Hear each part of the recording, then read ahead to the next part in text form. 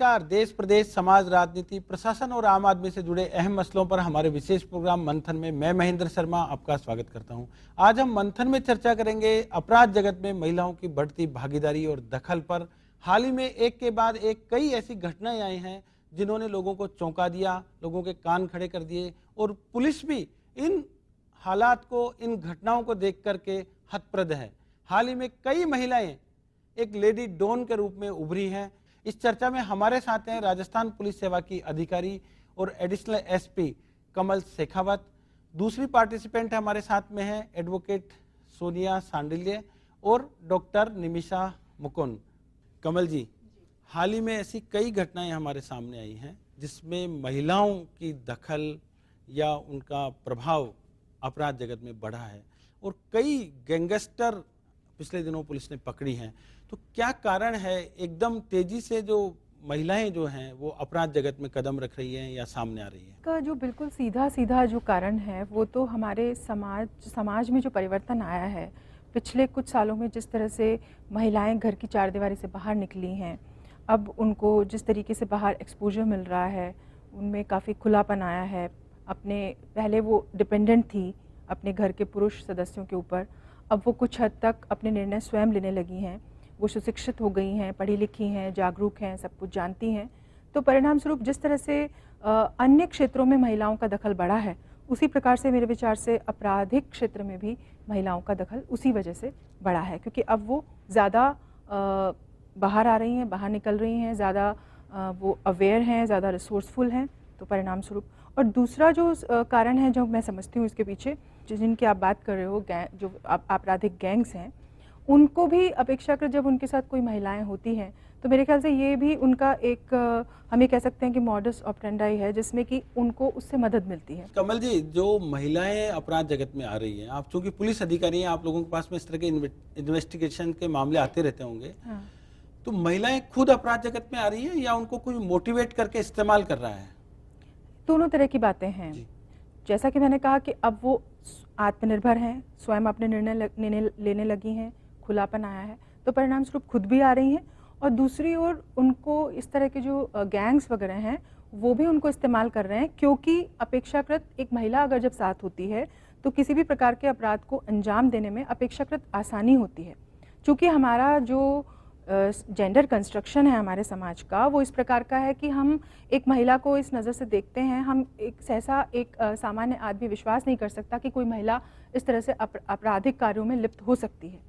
तो परिणाम स्वरूप उस तरह का जो जेंडर कंस्ट्रक्शन है, उस तरह की जो सामाजिक विचारधारा है, उसका फ़ायदा लेने के लिए भी ये गैंगस्टर्स इस प्रकार की गतिविधियां करते हैं। हमारे साथ में सोनिया सांडिल्य जी एडवोकेट हैं। सोनिया जी, आप एक एडवोकेट हैं, तो ये जो महिलाओं की तादाद बढ़ी है अपराध जगत में और लेडी डॉन के रूप में भी नए नए केसेस सामने आ रहे हैं, तो क्यों ऐसा हो रहा है? क्या कानून का डर उन पर नहीं रह गया है?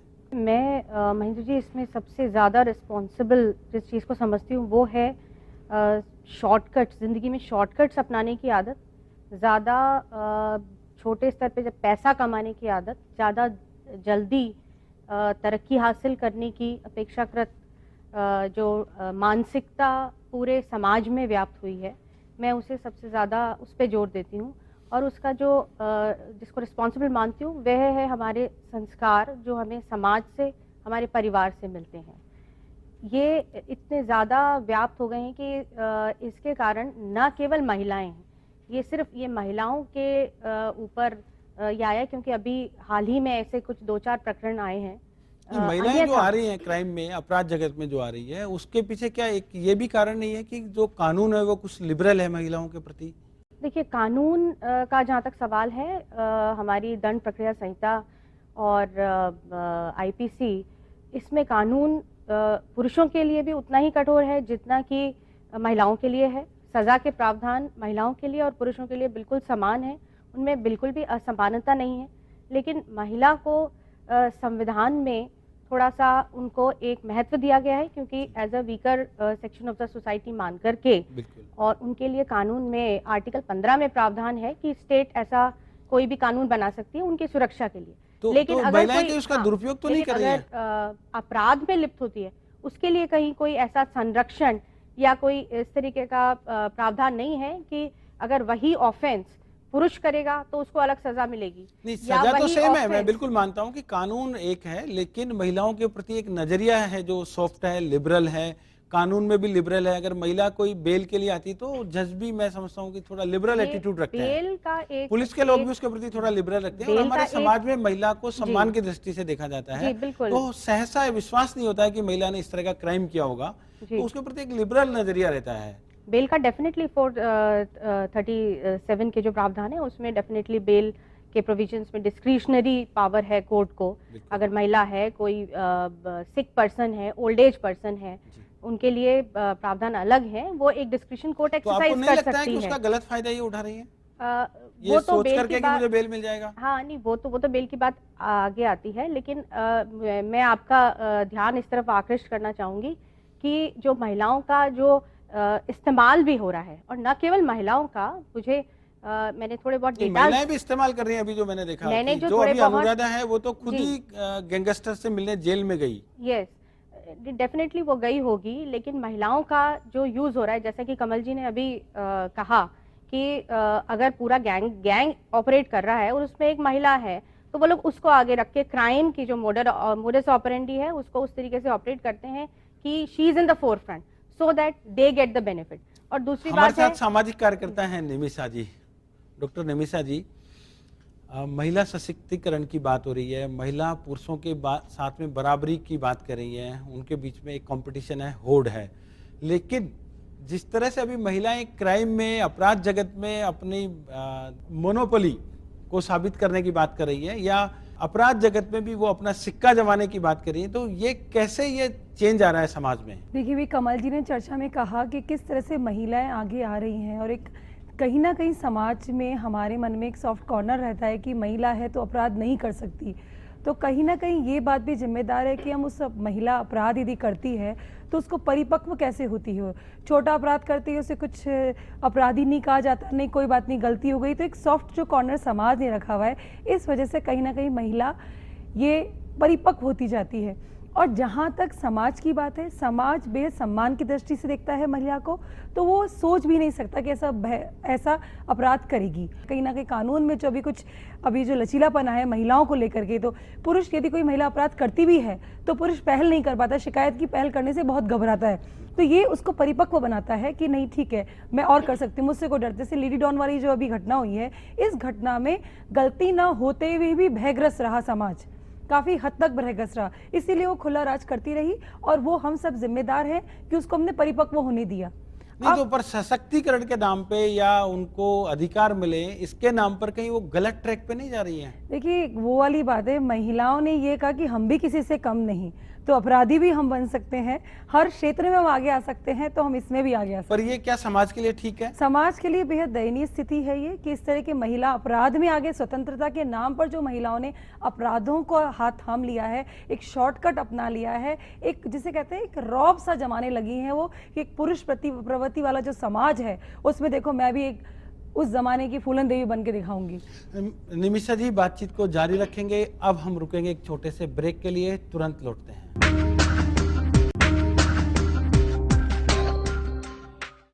ब्रेक के बाद मंथन में आपका एक बार फिर से स्वागत है। आज हम मंथन में चर्चा कर रहे हैं अपराध जगत में महिलाओं के बढ़ते दखल पर। इस चर्चा में हमारे साथ हैं राजस्थान पुलिस सेवा की अधिकारी कमल शेखावत और वरिष्ठ एडवोकेट सोनिया सांडिल्य और डॉक्टर निमिषा मुकुंद।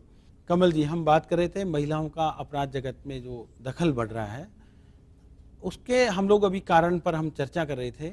क्या ग्लैमर की दुनिया में जाना, पैसे की चाहत और महंगे शौक पालना, ये जो शौक पल जाते हैं पढ़ाई के दौरान या समाज का जो वातावरण है उसके दौरान, तो क्या ये कारण भी जिम्मेदार नहीं है कि जो नई जनरेशन की लड़कियां या महिलाएं हैं वो अपराध जगत में आ रही हैं? महिलाएं भी उसी समाज से निकल कर आ रही हैं जिसमें पुरुष निकल कर आ रहे हैं।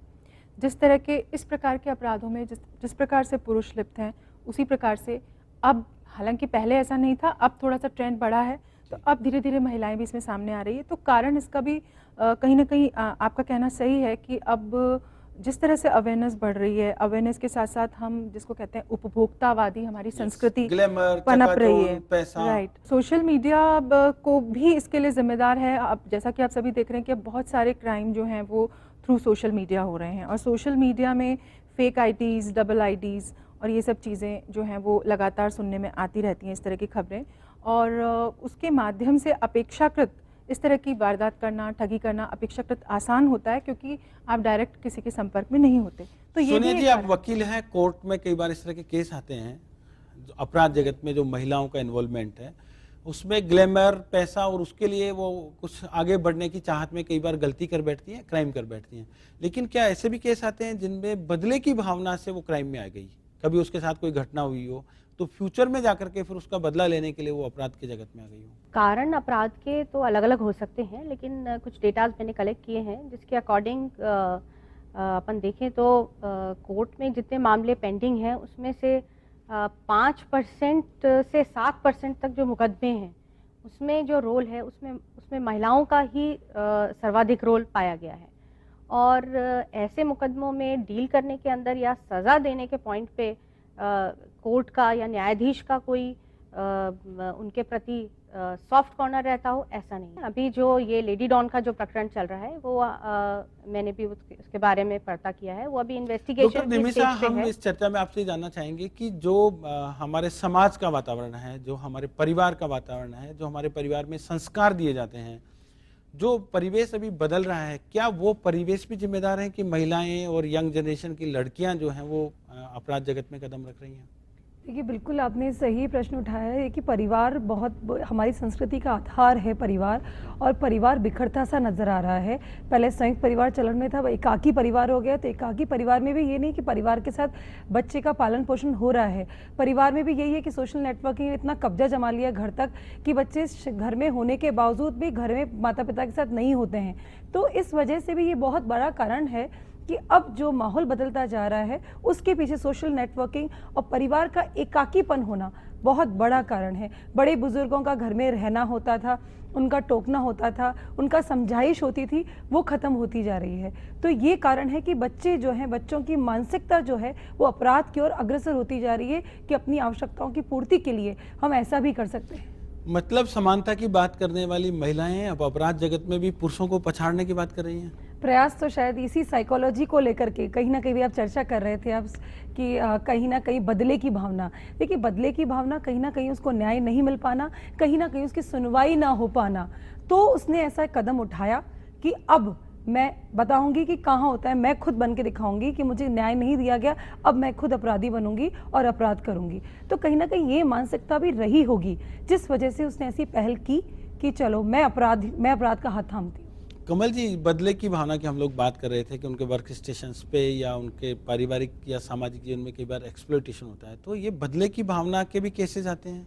बदले की भावना के बहुत कम केसेस इस तरह के आते हैं। बाकी सामान्य रूप से जो महिलाएं करती हैं अपराध, वो ये बदले की भावना के केसेस तो महिलाओं में तो कम ही कई बार हम लोग देखते हैं कि वो बदले की भावना से अपने परिवार के लोगों का मर्डर तक कर देती हैं। या आपने एक फूलन देवी का केस देखा होगा कि उसके गांव में उसके साथ एक्सप्लॉयटेशन हुआ, तो बाद में वो डकैत बन गई और उस तरह पूरे के बहुत गांव ही- के लोगों को उसने मार दिया।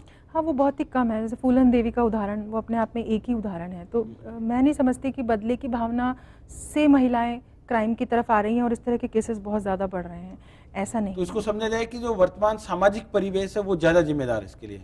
हाँ, वर्तमान सामाजिक परिवेश और महिलाओं में जो जिस तरह की उनको आज़ादी मिली है, खुलापन है, वो अब सेल्फ डिपेंडेंट हैं, किसी पे डिपेंड नहीं हैं, तो परिणाम स्वरूप वो जिस तरह से अन्य क्षेत्रों में अग्रसर हो रही हैं, वैसे ही वो इस क्षेत्र में भी स्वनिर्णय लेकर कहीं ना कहीं, और जैसा कि आपने कहा वो बहुत इंपॉर्टेंट है कि कहीं ना कहीं उच्च जीवन स्तर की लालसा और उपभोक्तावादी संस्कृति वो भी इसके लिए जिम्मेदार है। और साथ में कि अब वो जो कंट्रोल है, जैसा कि अभी निमिषा ने कहा कि जैसे पहले फैमिलीज़, जॉइंट फैमिलीज़ होती थी, कंट्रोल होता था, टोका टाकी होती थी, आजकल के बच्चे माँ बाप की कुछ सुनना पसंद नहीं करते, वो अपना डिसीजन खुद लेते हैं। तो परिणाम स्वरूप वो सब कारण भी कहीं हद तक जिम्मेदार हैं। उसकी जो सामाजिक इकाई है, जो परिवार है, सामाजिक इकाई है, उसकी तरफ उसका ध्यान हट गया है। जैसे कि हम जो बच्चों में जो संस्कार डाल सकते हैं परिवार में रह कर के, या उनको जो संस्कार देते हैं, आज उनका 90% टाइम जो है वो सोशल मीडिया, व्हाट्सएप, वो अपने फ़ोन्स में बिजी हैं या वो टीवी देखने में बिजी हैं। माँ बाप की भी जिम्मेदारी है वो कितना वक्त अपने बच्चों के साथ बिता पाते हैं, क्या वो उन पे कंट्रोल रख पाते हैं और उनको अवेयर कर पाते हैं। फिर तो उसके इसके बाद लिए कहीं न कहीं हमारा जो सामाजिक परिवेश के साथ साथ हमारे उनके बच्चों के पेरेंट्स वो भी जिम्मेदार हैं। पेरेंट्स एक इकाई है, समाज उसका एक वृहद रूप है। तो हमें क्या करना है, हमें संस्कार बच्चों में डालने हैं इस हद तक के कि परिवार क्या है, परिवार में क्या आवश्यकता है। आज जॉब अपॉर्चुनिटीज को लेकर के महिलाएं अपनी प्रायोरिटीज भूलती जा रही किसी भी हैं, तरह के कंप्रोमाइज करने के लिए तैयार हैं। प्रायोरिटीज भूलती जा रही हैं कि हमें आगे जाके लाइफ में केवल एक अच्छा पद हासिल कर लेना, केवल अच्छा एक स्थान हासिल कर लेना ही एक महिला को पूर्ण नहीं बनाता। सोनिया जी, बातचीत को जारी रखेंगे। अब हमें लेना होगा एक छोटा सा ब्रेक। ब्रेक के बाद तुरंत लौटते हैं।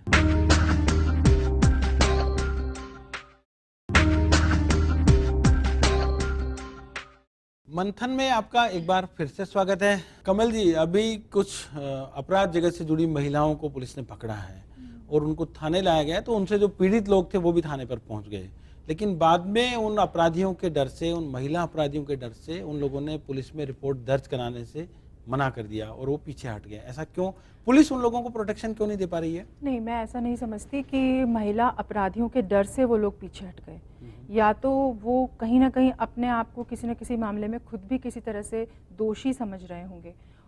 उसके पीछे जो कारण है वो पुलिस ना होकर के उनका खुद का जो सामाजिक, जो उनको समाज के प्रति उनकी जो खुद की सोच है, उनकी खुद का जो रवैया है, मेरे ख्याल से वो ज़्यादा उसके लिए समाज में उनकी जो प्रतिष्ठा है उसको कहीं न कहीं ठेस पहुंचती है। राइट, वो अपनी प्रतिष्ठा जो हमारा, वही इसमें भी वही बात आ जाती है कि कहीं ना कहीं हमारी जो सोच है, समाज ने हमें जिस तरह के संस्कार दिए हैं, हो सकता है उसकी वजह से वो सामने नहीं आना चाह रहे हों, महिलाओं से संबंधित जुड़े या हुए उस ठगी की वारदात के दौरान वो उस महिला के साथ इतना इन्वॉल्व हो गए हों कि वो भी कहीं न कहीं अपराध में शामिल हो गए हों, और जब अपनी वो वो खुद शिकायत अपने दर्ज आप कराएंगे को- तो उनका भी कहीं न कहीं खुले। या कि वो उस महिला के साथ उन्होंने इतना समय किस प्रकार, किस वजह से वो उसकी बातों में ठगे आ गए वो? क्यों ठगे गए, तो ये कारण हो सकते हैं। बाकी अगर कोई व्यक्ति पुलिस में इस प्रकार की शिकायतें लेकर आता है तो डेफिनेटली पुलिस उनको पूरा प्रोटेक्शन दे करके और हमेशा कार्रवाई करने के लिए सदैव तत्पर है। निमिषा जी, इन केसेस में एक और अहम बात सामने आई है कि जो महिलाएं खास तौर से आपराधिक गतिविधियों में शामिल हैं, वो महिलाएं ज्यादातर पुलिस अधिकारियों का, आईएएस ऑफिसर्स का नाम लेकर के और लोगों को ठग रही हैं। ऐसा क्यों है?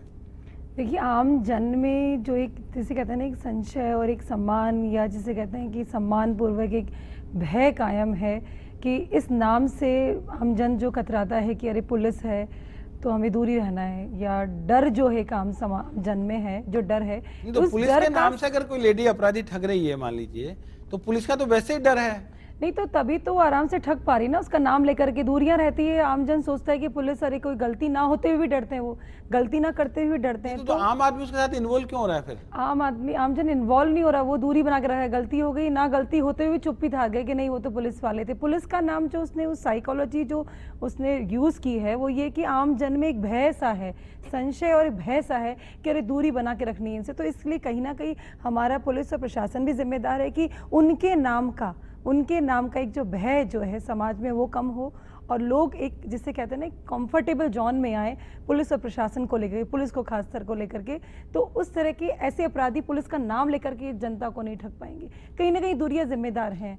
कमल जी, आप खुद पुलिस अधिकारी हैं नहीं, मेरे विचार से इसमें जो इन्होंने कहा भय के साथ साथ ज़्यादा जो ज़रूरी बात है, मेरे ख्याल से जो हमारी सोसाइटी में जिस प्रकार की सामाजिक प्रतिष्ठा है एक आईएएस ऑफिसर को या पुलिस अधिकारियों को, उसके फलस्वरूप लोग बहुत जल्दी उनसे जुड़ना चाहते हैं और उन पर ट्रस्ट कर लेते हैं वो। विश्वास कर लेते हैं। बिल्कुल। तो ये मेरे ख्याल से एक कारण हो सकता है, और उनके साथ संबंध जोड़ने में वो अपने आप को गौरवान्वित महसूस करते हैं।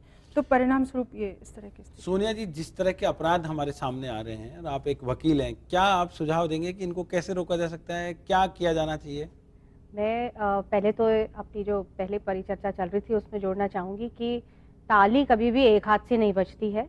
जी। कि जैसा कमल जी ने कहा कि कहीं ना कहीं जो पीड़ित पक्ष है उसको ठगा गया है, क्योंकि ये जो लेडी डॉन ने जो जिसके खिलाफ में मुकदमा वैशाली नगर थाने में दर्ज हुआ है, इसने किसी को ब्लैकमेल किया था, और आदर्श नगर में भी एक मुकदमा दर्ज हुआ, उसमें भी इसने ब्लैकमेलिंग का प्रकरण आ रहा है। तो ब्लैकमेलिंग के प्रकरणों में ये ज़रूरी है कि किसी न किसी हद तक पीड़ित पक्ष का उसमें इन्वॉल्वमेंट रहा हो, लेकिन पीड़ित पक्ष को निराश होने की ज़रूरत नहीं है, क्योंकि कानून के दरवाजे और जो प्रोविजंस अपने कानून में जो प्रावधान है उनके अकॉर्डिंग वो पुलिस के यहाँ भी शिकायत दर्ज करा सकते हैं और जब उसके संबंध में जो ट्रायल चले उसमें भी अपना पक्ष रख सकते हैं। उसके बाद अपील के प्रोविजंस तक जब सीआरपीसी में अमेंडमेंट हुआ था उसमें भी ये प्रावधान डाला गया है कि जो पीड़ित पक्ष है वो भी अपील दायर कर सकता है। तो इसलिए पीड़ित पक्ष को बिल्कुल भी निराश होने की जरूरत डॉक्टर नहीं है। निमिषा, आप क्या सुझाव देंगे कि अब इस ये जो परिस्थितियां चल रही हैं, अपराध जगत में महिलाओं का दखल बढ़ रहा है, तो महिलाएं कम से कम इससे थोड़ा दूर रहें और समाज का ताना बाना ठीक हो, एक सामाजिक कार्यकर्ता के रूप में आप क्या सोचते हैं, क्या सुझाव आपके? देखिए, महिला को जो जिस तरह पकड़ा जाना और उसको अपराध दंडित भी किया जाना, तो कोर्ट दंडित करेगा तो देखिए जैसा कानून सबके लिए समान है, तो पकड़े जाने पर उल्टा जिसे कहते केवल हैं, कोर्ट का सवाल नहीं, क्या हमारे परिवारों में, हमारे समाज में इसके लिए कोई बहस होनी चाहिए? बिल्कुल बहस होनी चाहिए और महिलाओं को खुद सोचना चाहिए कि माहौल कैसा था, महिलाओं को स्वतंत्रता मिली है, उस स्वतंत्रता का दुरुपयोग न करके सदुपयोग करें और इस हमारे समाज का जो मूल आधार है परिवार की प्रतिष्ठा को बनाए रखें और इस परिवार और समाज के लोगों को गंभीरता से सोचना होगा। बिल्कुल सोचना होगा और इस संस्कृति का जो मूल आधार है परिवार, उसकी प्रतिष्ठा को बचाए रखना महिला की ही जिम्मेदारी है। कमल जी, मेरा आखिरी सवाल आपसे है, जिस तरह की राजस्थान में भी घटनाएं आई हैं, ऐसी घटनाएं उत्तर प्रदेश बिहार में बहुत होती थी, लेकिन राजस्थान के लिए बिल्कुल नई घटनाएं और एकदम सीरीज में 3-4 घटनाएं आई हैं, तो क्या ये पुलिस के लचर और लचीले रवैये को प्रदर्शित नहीं करता है? नहीं, मेरे विचार से ऐसा नहीं है। और जिस प्रकार से अब जो मेन बात ये है कि जो कनेक्टिविटी जो बढ़ रही है और चाहे वो सोशल नेटवर्किंग के थ्रू हो या दूसरे जो संसाधन हैं उनके थ्रू, तो उसका ये नतीजा है। और इसके लिए पुलिस को किसी भी प्रकार से, चलिए, जैसे कि अब अभी फ्यूचर में ऐसी घटनाएं नहीं हो तो पुलिस उसके लिए क्या कदम उठा सकती है या क्या कदम उठाने चाहिए पुलिस को? उस पे जो भी है कि जब भी जहाँ भी, जैसे हम लोग का ही होता है कि नाकाबंदी पॉइंट्स वगैरह होते हैं, तो अपेक्षाकृत जहाँ पर महिलाएं होती है जिस ग्रुप के साथ, हमारा जो रवैया है वो उनके प्रति अपेक्षाकृत थोड़ा लचीला होता है कि उनको हमें ज़्यादा जल्दी निकाल देना है। तो उन सब चीज़ों पे अब अपेक्षाकृत ज़्यादा कड़ी नज़र रखनी पड़ेगी। अगर कहीं पर कोई महिला भी है तो महिला भी एक जो है अपराधी हो सकती है, तो परिणाम स्वरूप अपेक्षाकृत गंभीरता से उसको लेना पड़ेगा। पुलिस को अपनी मॉनिटरिंग भी बढ़ानी पड़ेगी। बिल्कुल सही है। मतलब कुल मिला के जो महिलाओं के संबंध में जो मॉनिटरिंग है वो अपेक्षाकृत ज़्यादा। कमल जी, सोनिया जी और डॉक्टर निमिषा, अब मंथन में बातचीत को हम यहीं विराम देंगे। आप कार्यक्रम में आए, आपका बहुत बहुत धन्यवाद। अब मंथन में बातचीत को यहीं विराम देते हैं। अगले रविवार एक और मुद्दे के साथ आपसे मुखातिब होंगे। तब तक के लिए नमस्कार।